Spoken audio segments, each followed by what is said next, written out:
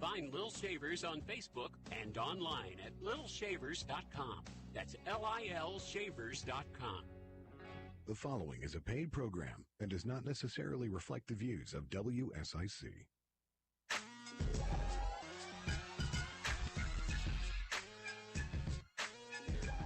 Welcome to the program. We're Just Saying, everyone, a weekly radio show where we bring a little political spice out of Raleigh and your state government to our listening audience.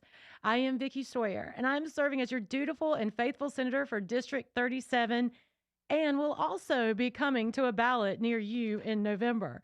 And today's show is going to be all about other folks who will also be on ballots in November. I'm incredibly excited to introduce you to these three candidates. At 11:15, we're going to have candidate Semone Pemberton. At 11:30, we're going to introduce you to candidate Dana Caudill Jones. And 11:45, we're going to be talking with Scott Lassiter. All three of these people are running for Senate districts. We're going to talk about their district. We're going to learn a little bit about them. And if you like them like I do, then you can help and support them in their upcoming campaign. But now is the time for all the prognosticators and all of political land to tell you what's going to happen in November. And we really did have some prognostication come out. John Locke polling data was out this week, and it's talking about all what they're going to think happens in the fall. And I'm going to tell you what, I am going to admit that my crystal ball is completely broken. I cannot tell you what's going to happen in any political election ever again. I thought things that were going to happen on Tuesday did not. And I will be the first to admit that I was wrong on some of my thoughts and what thought was going to happen. But that is the beauty of elections. So now we're dissecting what happened and the wins and the losses, and then taking that data forward. And so that's what John Locke did in this poll. And you can always go out and find some great information on their website, the John Locke Foundation. And so that's where some of this is coming from. And a lot of it we kind of knew. I don't really think anything has changed that much from before the primary until now. And polls, I know, I said it. I know a lot of you are probably saying it out there too. I don't think polls are accurate, and why do we talk about them? But for me, it's just a snapshot of time to get information from people who aren't within my political sphere or bubble. So I enjoy looking at them, but then I'll also just kind of throw them in the trash, because if we found out anything from Tuesday's election, polls don't necessarily mean that's what's going to happen at the ballot box. But right now we're looking at some things, and for president in North Carolina, from likely voters, the John Locke published poll says that Trump is actually ahead by 5%. Trump at 45% and Biden ringing in at 40%. And so it just seems like we are in take two of the same dance that we had 4 years ago. And that's what we have in North Carolina, guys. We are considered a swing state. That's probably some of the reasons why Trump has chosen two great North Carolinians to help lead the RNC with Michael Whatley and his daughter-in-law, Lara Trump. Both of them are from North Carolina, and now they are at the top of the RNC. So we will see if this type of polling holds true. Interesting enough, we have talked a lot on this show about this Mark Robinson versus Josh Stein.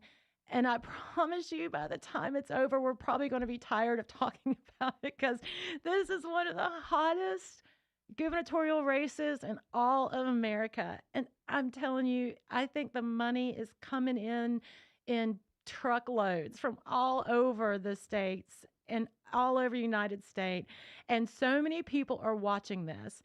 And we've already seen, gosh, after Mark Robinson had won, our Lieutenant Governor Mark Robinson won the primary, handedly, by the way, the next day, it was like slamming him left and right from every which way about things that he had said and actually didn't say, but was given credit for saying. And so there was some really good preview as to what kind of treatment the Republican nominee for the governor of North Carolina is going to get from certain media outlets, and it's not pretty. But despite all of that and all of the rhetoric out there, the man's up by 5. This poll is showing that Mark Robinson, is the Republican nominee, is at 44%. And Josh Stein, who's the Democrat nominee and the current attorney general, is at 39%. So it's close. There is a margin of error of maybe plus or minus 4% on this, or 4 points. So we're still within that margin of error. So it's anybody's ball game. I can imagine that it's going to get absolutely out of control. And this may be the time where you want to cut the cord if you don't want to. If you don't want to be inundated with TV commercials, because I just know it's coming. But it was interesting. Something else that John Locke had put out, I thought that was really fascinating. We talk a lot about money and races and how much it costs. Well, they did this really cool breakdown for the governor's race in this primary, and it gave the price per vote. In other words, how much did a candidate spend for the number of votes that they got? And not surprisingly, our very conservative treasurer, Dale Falwell, he came in at less than $5 a vote for what he spent. Now, on the other side of that, we had a governor candidate named Bill Graham. He spent $28.18 per vote.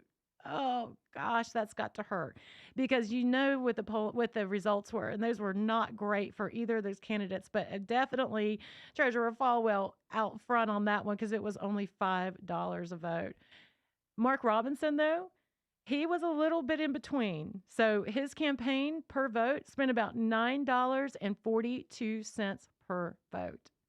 I am very interested to see how that's going to translate into the fall, and see if we're going to have that number double or quadruple about how much a candidate has to spend per vote. Interesting enough, though, on the Democratic side, they do have listed what each candidate had spent. And the candidate, Josh Stein, spent $14.05 per vote.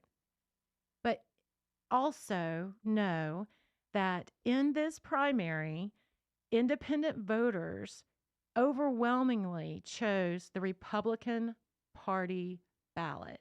So you guys know, if you're a registered independent and you walk into a primary in North Carolina, you can choose if you want to vote for the Democratic Party or the Republican Party. So arguably, maybe a lot of these folks are Democrats and they were just voting in the Republican primary because they wanted to put their thumb on the scale for another candidate and play in our politics. But that was very interesting, the overwhelming amount of independent voters who pulled a Republican Party ballot in the primary, and will they vote Republican in the fall? So this is that broken crystal ball I'm talking about. I'm just going to be full of questions from here on out and no answers, because I just don't know. And a lot of those questions that I'm going to ask, I'm excited to invite right after the break, the Republican candidate out of the Fayetteville, North Carolina area, Semone Pemberton, and we are going to get to know her and learn about her candidacy and why she's running for the North Carolina State Senate.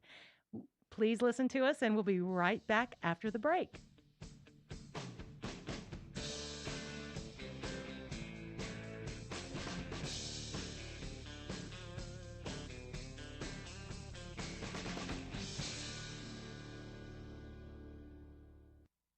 We'll return with more of NC Senator Vicky Sawyer, and We're Just Saying after this short break on 105.9, 100.7 WSIC.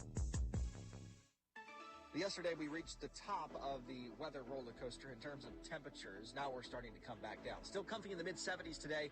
You notice increasing clouds, and we do need to keep an eye out for a couple of showers, maybe even a couple of thunderstorms from the middle of the day and through the afternoon. Heading into the weekend, though, it does look like we'll stay dry Saturday and Sunday. Comfy both days with temperatures around 70, and we get a little cooler early next week. That's your forecast from the WSIC Weather Center. I'm meteorologist Chase Myers. Here is your WSIC community calendar. Happy St. Patty's Day! Plenty of fun and adventure happening around the entire area this weekend. Downtown Cornelius, downtown Mooresville, DeVos Day Vineyards in Troutman, and so much more.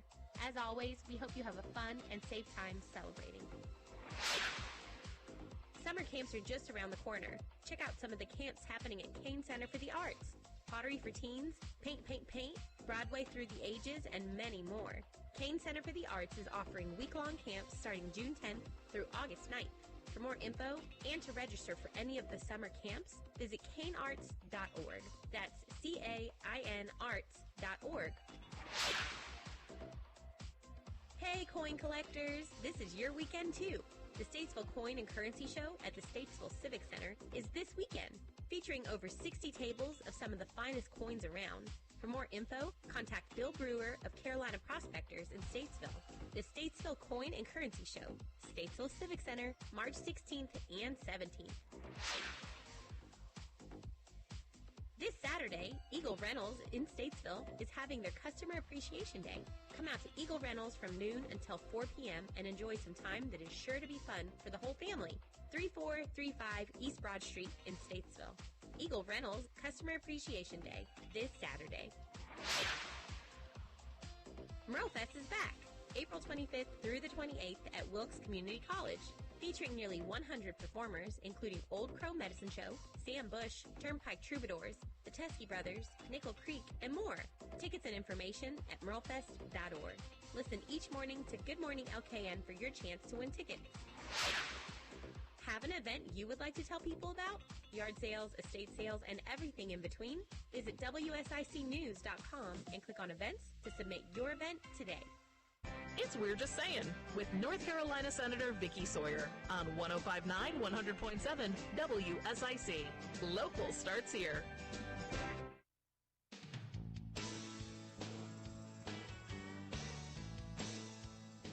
Welcome back, everybody, to We're Just Saying. I am Senator Vicky Sawyer and excited to have on the other line Semone Pemberton with me.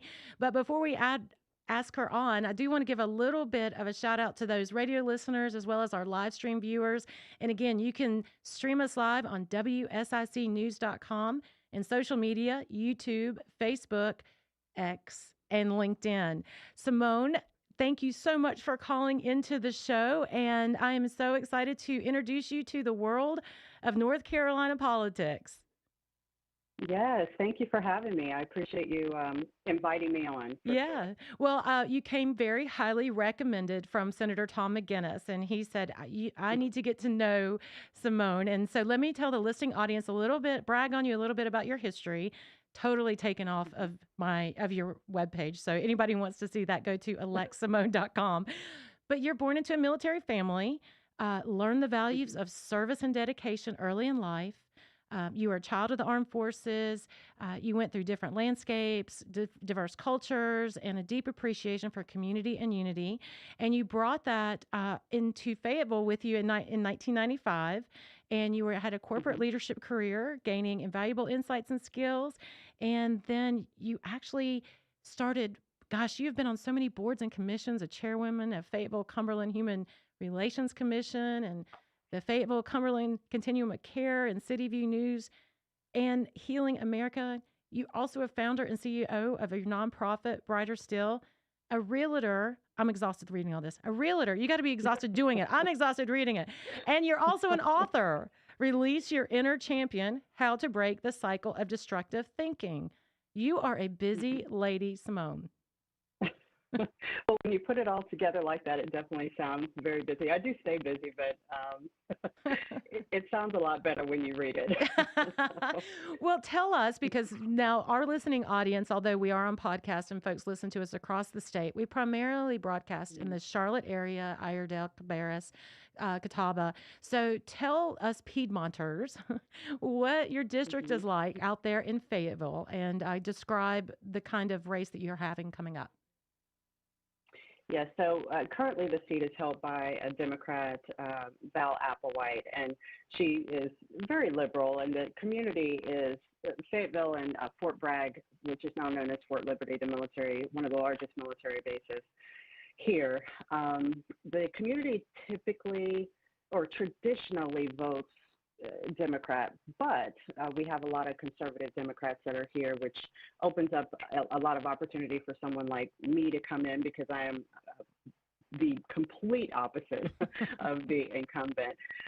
Now, I have to give a lot of credit to Senator Tom McInnes, who covers District 21, which does take on a portion of Fayetteville, and he's done an amazing job. He and House Representative Diane Wheatley, both of them have done an amazing job for Fayetteville. So my journey is to join them and continuing that service to Fayetteville in a manner that we absolutely need going forward. Yeah, and thank you for mentioning those two fine representatives and your willingness to serve with them. But what made you want to serve? What was this? Did you wake up one morning and say, "I'm going to do this," or what was? Bring me through your thought process on how you decided to put your name on a ballot. Sure. So I am actually an introvert, believe it or not, but so I prefer to be behind the scenes and kind of work with people that way. And I was perfectly content in doing that. So for about a decade, I was working behind the scenes, serving with different nonprofits and volunteering most of my time. And a lot of that came out of being laid off from a corporate position. And I was unemployed for about a year and a half. And to keep from being dejected and depressed because I couldn't find work, I decided to start volunteering. And that's where this whole journey started. So I was able to see the gaps that exist from the perspective of the agencies that are providing service and then those who are receiving the service. And you can, if you're on both sides, you can actually see where a lot of the problems exist. And most of those are funding issues. But then there are other things that kind of pop up along the way that are nuances that you don't necessarily hear about unless you're kind of in the weeds with it. So in seeing that over the years, I knew that I needed to shift from where I was serving and go into another area of service so I can address some of the issues that were happening. And the only place that could happen was, in a legislative level. So that's what kind of sparked me to go from my comfortable place, I'm doing air quotes, my comfortable place behind the scenes, and kind of just jump out and say, all right, let's just go for it. Fayetteville is an amazing city with a lot of potential, and we just need a push. We just need, people that are in there that will advocate for us. And like I said, Tom and, Senator McInnes and Diane Wheatley have done an amazing job doing that. So I'm partnering with them and continuing that service. Yeah. There. Well, good. Well, I'm glad to have you. My male counterparts in the Senate, they don't ever like to say identity politics. So I'm not going to say I'm happy to have another woman. So I won't be an identity politician here, but I am happy to have another woman. So I'll have to teach you how to speak out of both sides of your mouth when you get up here. But I'm kidding. I'm kidding. But you have a different race in front of you. You are challenging a Democrat seat, another lady who is, serving in there now. She actually primaried a very dear friend of mine, Senator Kirk Deviere, and beat him in that prior. So I've always been very interested in this seat, and one of the reasons why I wanted to have you on. Tell me, when you're looking at these next few months, gearing up for this election, what is your path to victory? How are you going to be able to pull this out? Well, one of the platforms that Val Applewhite ran on was the fact that she was a Black woman and Democrat, and of course there was a lot of things behind the scenes which I won't get into that resulted in her even being not eligible, but being placed in that seat, because we know even the community agrees that Kirk Deviere was an amazing senator and he was good for us. Yeah, so she ran on that. Now, I happen to be a female, and I happen to be a Black woman. So I'm canceling out the Black card and the female card, and now we can run on policy. So if we look at policy and what she has done since she's been there over the last year and a half, there's nothing that she can give credit to. What we can look at is how she has hurt Cumberland County in the last area or in the time that she's been there. And for example, she voted against the budget, which took money which would have, if it wasn't for Senator Tom McInnes and Representative Diane Wheatley, it would have taken money from Fayetteville State, Methodist University, Cape Fear Valley. It was a total, and the list goes on, but it was about $127 million that she voted against Fayetteville and Cumberland County receiving. So that's just one example. And then I can go down a list of different things that she's voted for and against that were not in the best interest of the community. Even though we do have a very Democrat area, they lean conservative. So a lot of what she supports is not that. So I actually am not only one that's connected to the community. They I'm not as popular as she is, but they see me in the streets. They see me working beside them and advocating for them. They saw that years before I was ever running for office. So I've got that part. But then there's the other part where I actually am representing the values that they have. I just happen to have an R behind my name, and that's the only difference. So one of the things that I have to do, and I'm actually happy to do, is to have more conversations with people one-on-one and in groups to show them that we're not necessarily that far apart. Right. And if you get the D and the R out of your mind and just listen and look at what you want to accomplish for yourselves and for the community over the next 5, 10, 20, 30 years, then I am actually the best candidate for that. She's not going to be able to get a lot done in the next 2 years, in the next term. On the other hand, I am.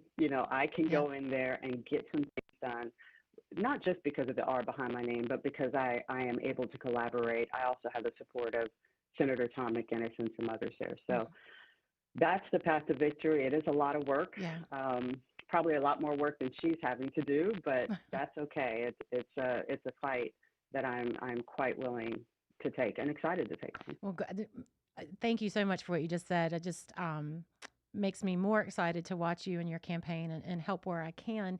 And you're right. It does take someone who understands the community, who can break down barriers and think and work across the aisle and not just be this team football always, because I think what you're saying is absolutely correct. You do have to represent your constituency, and you do have to take those hard votes when you know that there's investments that can come from Raleigh to your community that will make your community better and brighter. And that's what I'm hearing from you and your voice.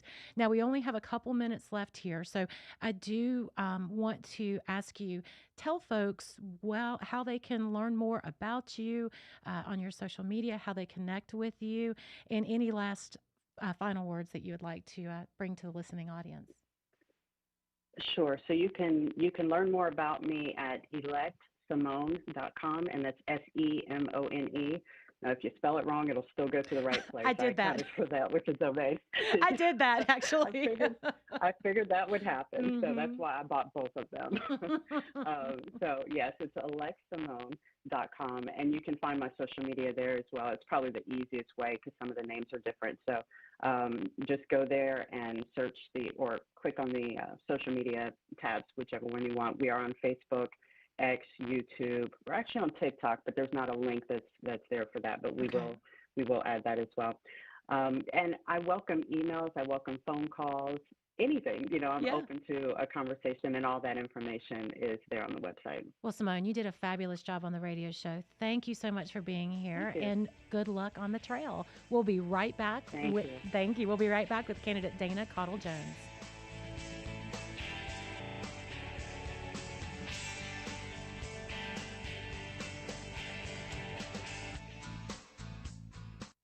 Stay with us. We'll have more of We're Just Saying with NC Senator Vicky Sawyer after this short break on 105.9, 100.7 WSIC. Yesterday, we reached the top of the weather roller Hey, Dana, do we got you? Temperatures. Now we're starting to come back. All right, cool deal. We're on break right now. We'll come get you in about increasing clouds, and we do need to keep an eye out for a couple of showers. 2.5, 3 minutes. Thunderstorms. Okay, sounds in the middle great. of the day and through the afternoon. Heading into the weekend, though, it does look like we'll stay dry Saturday and Sunday. Comfy both days with temperatures around 70, and we get a little cooler early next week. That's your forecast from the WSIC Weather Center. I'm meteorologist Chase Myers. Pizza's here. Oh, great. I'd love some, but I'm worried about my stomach issues. If you're worried about having diarrhea, gas, bloating, stomach pain, or loose, oily stools, it may not just be stomach issues. It could be a condition called exocrine pancreatic insufficiency, or EPI. With EPI, the pancreas doesn't release enough enzymes to break down food, but EPI is manageable. Use the symptom checker on identifyepi.com and talk to your doctor. That's identifyepi.com. Sponsored by AbbVie. Getting quality employees to fill positions in your company is essential, but finding those people can be a major hassle unless you use ZipRecruiter. ZipRecruiter makes finding quality people a breeze. ZipRecruiter's advanced technology identifies candidates with the right skills, sends you great matches, then you can easily invite them to apply. 4 out of 5 employers who post on ZipRecruiter get a quality candidate within the first day. See for yourself. Go to ZipRecruiter.com/free to try ZipRecruiter for free. That's ZipRecruiter.com/free. WSIC is your home for Cup Series action all season long. Don't miss this weekend's race, the Food City 500 from Bristol Motor Speedway. Sunday, March 17th at 2:30, right here on WSIC. This is a Bloomberg Money Minute. Road rage against the machine. Self-driving robo-taxis are now taking the on-ramp from city streets to the freeways. Dow Jones reports Waymo, sister company to Google, is testing driverless rides on highways in Greater Phoenix. Company employees are riding along as passengers to take over if anything goes wrong. It's considered a crucial step in self-driving car development because cars that can't negotiate freeways would mean a perilous path to sustained profits. McDonald's is apologizing after a tech meltdown caused outages and forced restaurant closures in several countries today, including the UK, Japan, and Australia, not here. McDonald's says it is working hard to resolve the issue and adds that it's not a cybersecurity event.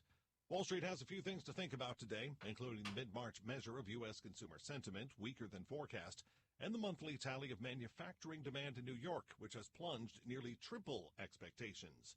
Dow's losing 0.1%, NASDAQ down 0.5%, S&P down 0.25%. Andrew O'Day, Bloomberg Radio. Now more We're Just Saying with North Carolina Senator Vicky Sawyer on 105.9, 100.7 WSIC.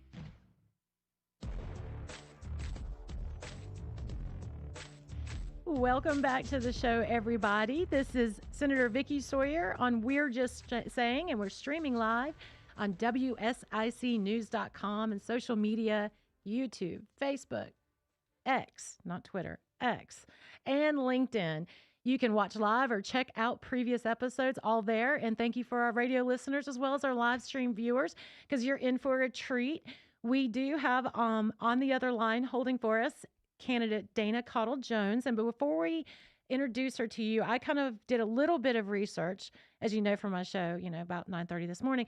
But I have actually met Dana before and have attended a fundraiser and was completely impressed with her. Now, she is born and raised in Kernersville, North Carolina. And you can tell that she's Southern when she says born and raised in her bio, because that's what we do. Now, her father, Danny, started Caudill's Commercial Electric in Kernersville in 1973, and her mother, Charlene, is his partner. Dana joined the family business after graduating from High Point University, and today her and her husband, David, lead the company, which has expanded considerably over the years. Now, not only does she have that, plus her family life, she has also been elected to many boards in that area, including the Kernersville Chamber of Commerce, the Board of Aldermen in Kernersville, and most closest to my heart is the Board of Education for the Winston-Salem Forsyth County Schools. Dana Caudill Jones, welcome to the radio show. Well, thank you so much, and thank you for that kind introduction. Well, I know when folks get to know you like I have, they're going to be just as impressed. And I'm so excited to have another female possibly joining me in the Senate again. I know I'm not supposed to do identity politics, but here I am. I'm lonely up there. There's only a few of us running around, so I'm happy to have some more girl power up there. But tell me about your district. This listening audience again is in the Charlotte region and north. You're not too far away from us. You're a fellow Piedmonter, but tell us about the district that you're running for. Okay, so District 31 is a fabulous district, and certainly a place that many of your local listeners would want to make a day trip to. So in Forsyth County, we have all of the municipalities from Louisville to Tobacconville, Wool Hall, Bethania, kind of wraps all the way to the other part of the county for Walkertown and Kernersville and Blues Creek. And then District 31 covers all of Stokes County. And Stokes County is amazing people in all of District 31, but just amazing landscape and great parks up in Stokes County. I would encourage people to take a day trip up to Hanging Rock State Park, beautiful facility, and then also on those hot June and July and August days, maybe take a little trip down the Dan River there in Stokes County. They've got some really fabulous things going on there. Yeah, I grew up in that area like you did, and sometimes we take those like natural beauty for like granted, right? Because you just saw it as down the road, but you forget that so many people have moved into their area that there is things like Old Salem in your district that's fantastic, and the Dan River and hanging in the park. So now tell me though, I gave the listeners a little bit of background on you, but tell us more about like your professional and personal background and what led you to run for the North Carolina State Senate. Okay, so like you said, yes, I'm certainly Southern and grew up here in Kernersville, and my mom and dad started our company in 1973. This past October, we just celebrated 50 years in business for a small business that really believes in giving back to the community that has blessed us so much. And so my husband and I have been here working and running the business. I did graduate from High Point University and then came on into the family business shortly after that, and kind of got into politics around, 2003. Back in the early 2000s, most communities were working on a 2020 vision plan, and being a business owner, I was part of that and in the Chamber of Commerce, and realized that when certain plans came to the elected body, they weren't passed, they weren't voted on, they were just kind of put on the shelf. And so in 2003, I told my husband, I'm running for the local board, so I want to be there raising my hand and making a difference. And so I did that for 10 years. I do believe in maybe term limits. It was time for someone else to step in. David and I have one son, and he was in the public school district. And so being a mom and volunteering and working on the PTAs as we do, I also saw an opportunity there in about 2015 that we really needed to have some oversight on what was happening in public schools. And so I ran at that time for the Winston-Salem Forsyth County Board of Education and served there for 8 years. Wow. And my son's graduated, and I've come off that board. And, in District 31, we've had, Vicki, as you know, we've had great representation in our state Senate with Senator Krawick. And she has served this district so well for over 10 years. And when she announced that she was going to retire, she and I had a conversation and just felt like, as a business owner, as a strong conservative woman, being involved in public education as a passion, that all of those things that I have done would position me well to go and serve the people in District 31 in Raleigh. Yeah, well said. And I'm very excited that you have all of that professional acumen. And a little side note, my very first job ever was I worked as a peon for the superintendent of the Winston-Salem Forsyth County School District. And it was the summer before I went to college, and I basically just shuffled papers the whole time. But I got to see the inside of a superintendent's office because that was my dream job, and it was Superintendent Caudill at the time. But I digress. This is about you, not me, but I always have a fond memory of Winston-Salem Forsyth County Schools. Now, you're not just like going to be elected, right? I mean, you have an election in November, and you have to have this campaign coming in front of you. Tell me what you are doing and how campaign life is and what your path for victory is going to be in the fall. So I did not have a primary, but yes, I do have an opponent in November. And so without having a primary, I have really just hit the ground running. So I've been listening out in District 31 at every type of an event you can be at to really hear from the constituents to know what are their concerns and what they're worried about. And I'm hearing back what probably most people are hearing across the state and across the nation, really. And people are concerned about inflation. They're certainly concerned about public schools and the education for their students. They're concerned about crime, some of the southern border, and wanting to, overall say, hey, government, be effective and do your job, but stay out of kind of my everyday personal life. And that's a lot of what we're hearing. And so when I'm out and talking and meeting with people, I'm assuring them that, yes, I'm going to be a champion for student achievement in Raleigh, and I'm going to make sure that you continue to have rights as a parent. People love the opportunity scholarship that the General Assembly that you guys expanded. They want to see more of that, and they're telling me, hey, we want to think out of the box about things that are going to help prepare our students and our young people for generations to come. So those are the things that we're sitting down having, kitchen table conversations. In every place you can meet me, I'm going to talk to you, and I just want to know what their concerns are. So that's what we're doing. And I think the pathway to success is for people to meet you, to know that you're a real person, not just a name on a campaign sign at the busy intersection in their town, but to really get to know you and to know that you care and that you're a worker.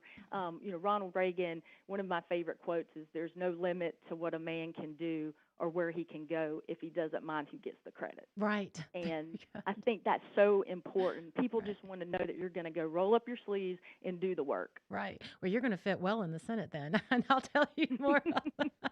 No, I joke about that because it is something that we all have to work as a team together. And one of the reasons why I'm so excited to have you on the radio show is because we do need to work as a team to make North Carolina better. And part of the professional acumen that I'm excited that you are going to bring to the North Carolina Senate is not also that day-to-day inside look into what a school board has to deal with, but also the day-to-day you're not really a small business anymore. I would consider you more of like a medium-sized or larger business, but the kind of regulatory burdens that can come out of Raleigh that can really hurt you as a small business owner. Have you seen some of that stuff in your day-to-day walk and hear from the other folks that that's happened to them as well? Well, absolutely. They're anytime that a regulation, and I'm not against having standards, right? I'm certainly not against that. But some of these regulations that we're seeing pushed down onto businesses, that cost has to go to someone, and it's going to the end user. And so, what does that do to a business? Do you cut positions? Do you put people part-time? It stifles growth. And so people want to see that go away. Again, I think what I hear from other business owners that I deal with is, let me do my work, run my business, employ these folks, and grow the economy in North Carolina. And that's what they're wanting. And we're the backbone. I mean, small and medium-sized businesses certainly are the backbone still in our state. And I think being a small business owner, people tell me all the time, "What do you do?" And I said, "Whatever needs to be done." That's right. That's right. Whether it's, I see the trash is overflowing in the break room. Take it out. I mean, it truly is whatever needs to be done. Yeah. And part of that too is building a culture. I think within your business that you are a team. And so I think that makes such a difference when you are a candidate that I'm worried about making the payroll. Right. And you see how much taxes we're paying in. Right. And all of those things add up, and you keep that in your mind as you're going to Raleigh. Well, you have done an amazing job on the radio. We got about 20 seconds left. So I want you to tell folks how they can learn more about you and how they can help support your campaign. Oh, that's great. Yes, you can find out all about me at DanaCaudillJones.com. And you can also find me very easily on all social media platforms. I'm on Facebook at Dana Caudill Jones for North Carolina Senate, and then on X and Instagram, and it's just at Caudill Jones. Fantastic. Thank you so much for calling into the show. We look forward to working with you in the future. We'll be right back with Senate candidate Scott Lassiter. Yesterday, we reached the top of the weather roller coaster in terms of temperatures. Now we're starting to come back down. Still comfy in the mid-70s today. You notice increasing clouds, and we do need to keep an eye out for a couple of showers, maybe even a couple of thunderstorms from the middle of the day and through the afternoon. Heading into the weekend, though, it does look like we'll stay dry Saturday and Sunday. Comfy both days with temperatures around 70, and we get a little cooler early next next week. That's your forecast from the WSIC Weather Center. I'm meteorologist Chase Myers. Here is your WSIC community calendar. Happy St. Patty's Day! Plenty of fun and adventure happening around the entire area this weekend. Downtown Cornelius, downtown Mooresville, DeVos Day Vineyards in Troutman, and so much more. As always, we hope you have a fun and safe time celebrating. Summer camps are just around the corner. Check out some of the camps happening at Kane Center for the Arts, Pottery for Teens, Paint, Paint, Paint, Broadway Through the Ages, and many more. Kane Center for the Arts is offering week-long camps starting June 10th through August 9th. For more info and to register for any of the summer camps, visit canearts.org. That's CAIN arts.org. Hey, coin collectors! This is your weekend, too. The Statesville Coin and Currency Show at the Statesville Civic Center is this weekend, featuring over 60 tables of some of the finest coins around. For more info, contact Bill Brewer of Carolina Prospectors in Statesville. The Statesville Coin and Currency Show, Statesville Civic Center, March 16th and 17th. This Saturday, Eagle Rentals in Statesville is having their Customer Appreciation Day. Come out to Eagle Rentals from noon until 4 p.m. and enjoy some time that is sure to be fun for the whole family. 3435 East Broad Street in Statesville. Eagle Rentals Customer Appreciation Day this Saturday. MerleFest is back, April 25th through the 28th at Wilkes Community College, featuring nearly 100 performers, including Old Crow Medicine Show, Sam Bush, Turnpike Troubadours, the Teskey Brothers, Nickel Creek, and more. Tickets and information at merlefest.org. Listen each morning to Good Morning LKN for your chance to win tickets. Have an event you would like to tell people about? Yard sales, estate sales, and everything in between? Visit WSICnews.com and click on events to submit your event today. It's We're Just Saying with North Carolina Senator Vicky Sawyer on 105.9, 100.7 WSIC. Local starts here.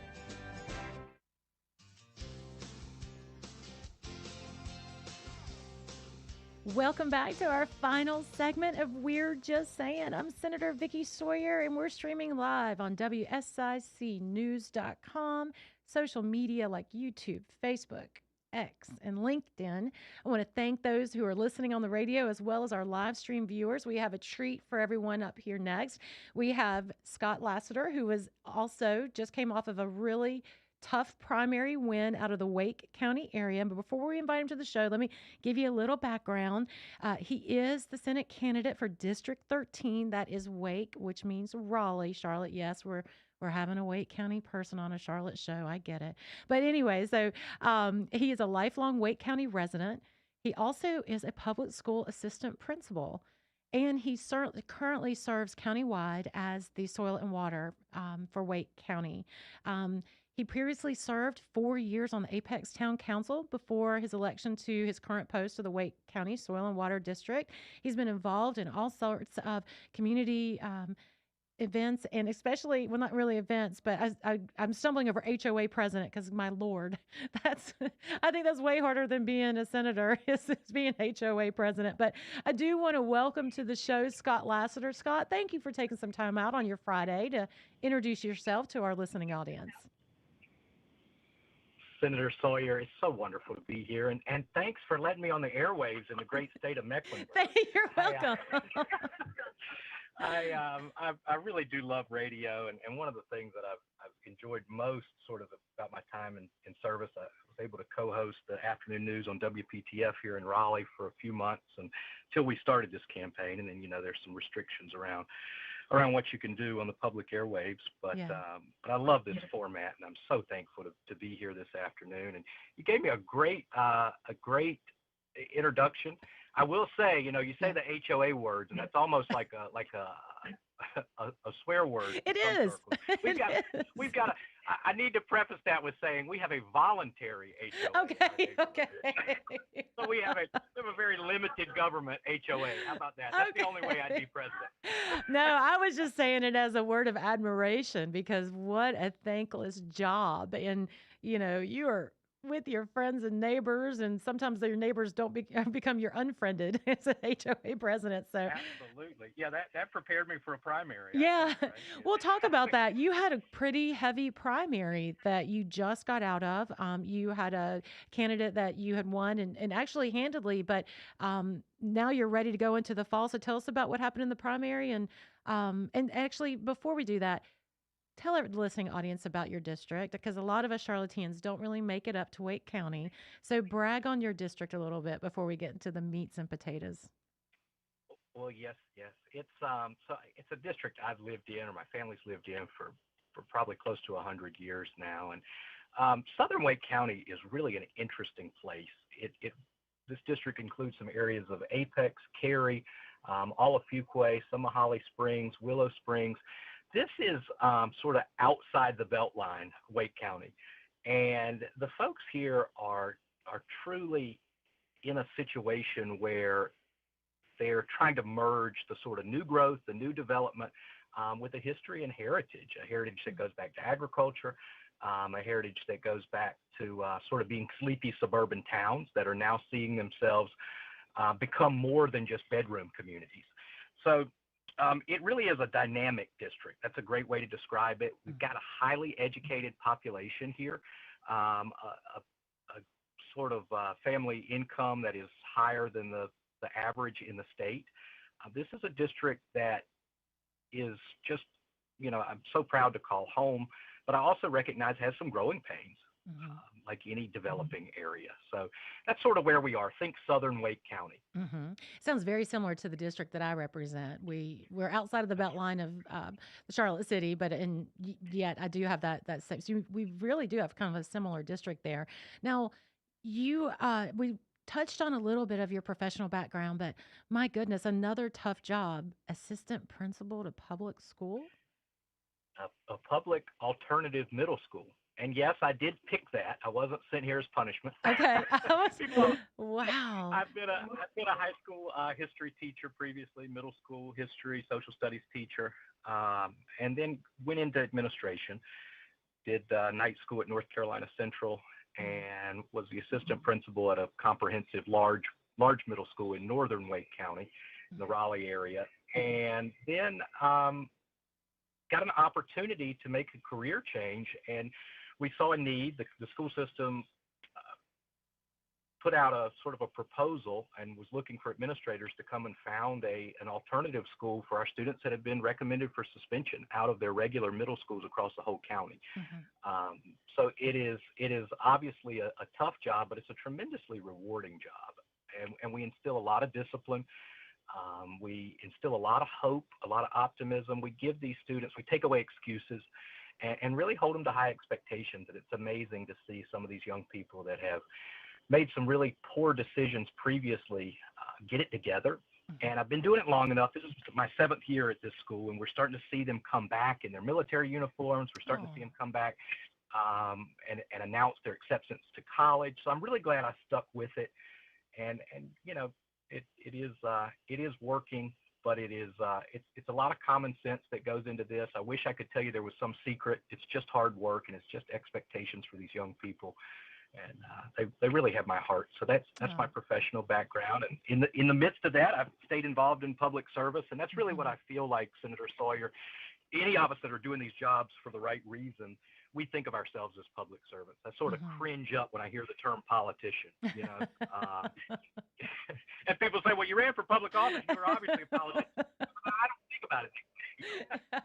I know. I always love those commercials that say, I'm not a politician. I'm like, dude, as soon as you put your name on the ballot, you're a politician. I hate to tell you that. Let me pretend, please. I know. I'm kidding. I am right there with you. I'm even worse. I guess they can consider me an establishment politician. So we got to be careful with that. Yeah. I know. If that means you never know what that really means. No. Right? If it means you've held office before, you're educated, does that make you a staff? I don't know. I don't know either. You're reasonable. Now, so you talked about your background and that you do have this public servant's heart and that you now have put your name on the ballot for the North Carolina State Senate. But tell folks in the listening audience, this is a really tough district. I mean, it's a hard district. It could go either way. So tell folks about the political makeup of your district, and then also tell folks about your pathway to victory in the fall, if you could.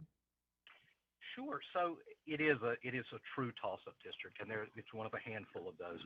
I feel good considering what the sort of macro level political scene looks like in this country right now. There's a lot of dissatisfaction, but this is a district that has about 2,000 more Republicans than Democrats, but also has about 66,000 unaffiliated voters. And those are folks that have sort of turned their back on politics as usual. They're not identifying with a particular party. They're hardworking people, career folks that are, like I say, are just sort of disgusted with the politics as usual. So tapping into that vote's extremely important. And I think from what I'm seeing, what I'm hearing, what I've been dealing with on the ground, those are people that are tired of the divisive rhetoric. They're excited about problem sort of focused candidates that are there to sort of solve problems instead of just scream the loudest. And that's always difficult to get through a primary and maintain your electability with unaffiliated. So I'm proud of the race that I ran and was able to do that.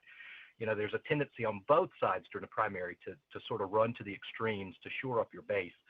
And I was able to maintain a nuanced political campaign here where I can't say, Senator Sawyer, that one side is 100% right and the other side is 100% wrong. And I think you know that very well from representing a similar district. There is room in the middle that most of us spend most of our time in, and there's a lot of agreement. Now, there's some divisive issues and some issues that I am excited about taking a principled stand on, but I also understand, and my time in municipal government, in the public school system, people just want you to do the job at the end of the day, and the label matters a little less. So that's sort of the political makeup there. We're really focused on using my strengths and playing to my strengths. I'm a believer in that. When it comes to education, after Senator Tillman retired, there was there's a dearth in educational administrators in the caucus. So I'm excited about what I can bring, that perspective there.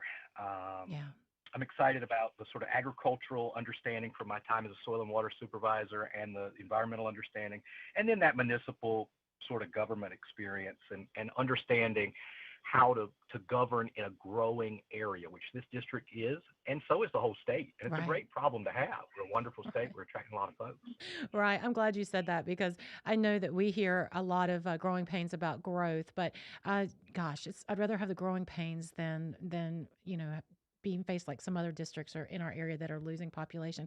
But we only have a few moments left. So I want folks to learn about you and tell them your webpage and your social medias and how can they find more about you and help support your campaign. Absolutely. And we're going to need it, frankly. So I encourage folks to visit votescottlassiter.com. We've got some really well built out policy positions there. A lot of focus on transparency and accountability when it comes to government money. Facebook, Instagram, Twitter, or X. Just check out.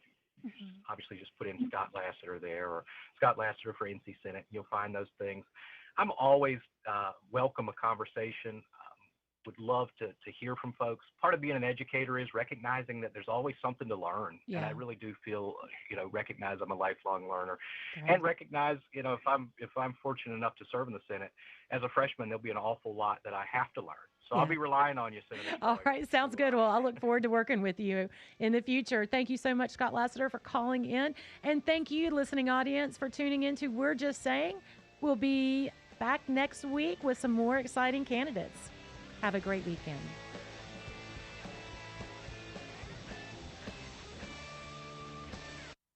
Serving you better than ever before. 105.9, 100.7, WSIC, Statesville, Mooresville,